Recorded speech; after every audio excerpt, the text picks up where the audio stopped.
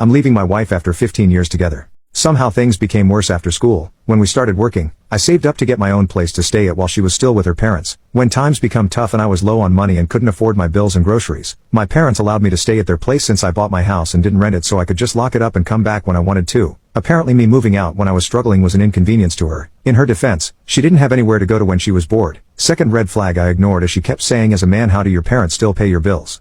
I don't know why I married her after she humiliated me because of the present I gave her for her birthday. Her 26th birthday was coming up, so I decided to propose to her on her birthday and plan a small surprise for her to kill two birds with one stone. Apparently that was tacky and cheap of me to propose at her birthday gathering. Now I always knew she wanted me to go all out for her proposal, and I was saving up for that, but since I wanted her to know I was serious about her and wanted to marry her, I proposed with a ring with an emerald gem. She flipped. She kept on talking about how small the ring was, and how she was disappointed in this cheap engagement. I told her about how I was saving up to give her the grand proposal she wanted, but then she told me she would have preferred to wait than wear that cheap ring.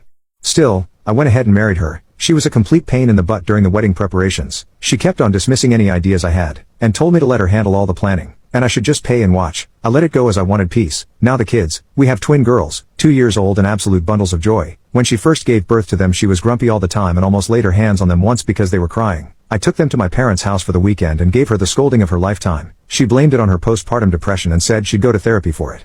The last straw for me was when she didn't pick me up on time from the airport, so I missed my girl's birthday. That's when I knew I was over her bull crap. She told me she was asleep when our girls were playing alone outside the house where the party was with no adult supervision because their friends' parents dropped them off and left. I'm keeping them with me when I sack her. There's no way in heck I'm letting her have my house. There are so many other incidents I can list, but for the sake of time I'm ending it here.